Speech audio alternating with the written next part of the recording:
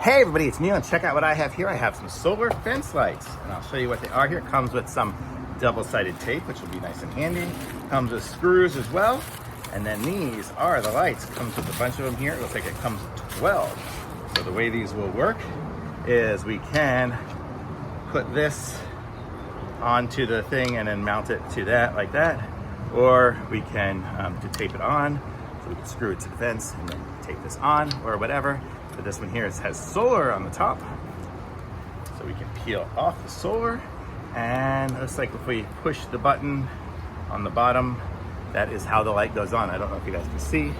If I have it covered, because like it's nighttime, it'll light up. And then they're on and off, so you probably just want to leave it on all the time. And it will just light up when it's dark out. How cool is that? So we have a bunch of these. And so the way they can work is you can put them on the top of the fence because it's got that little groove there, and screw them down this way. Or like I said before, you can screw this into the middle of the fence somewhere and put double-sided tape to connect it that way. So you have your option of ways of connecting it. So really cool little setup here. So it will just end up down here.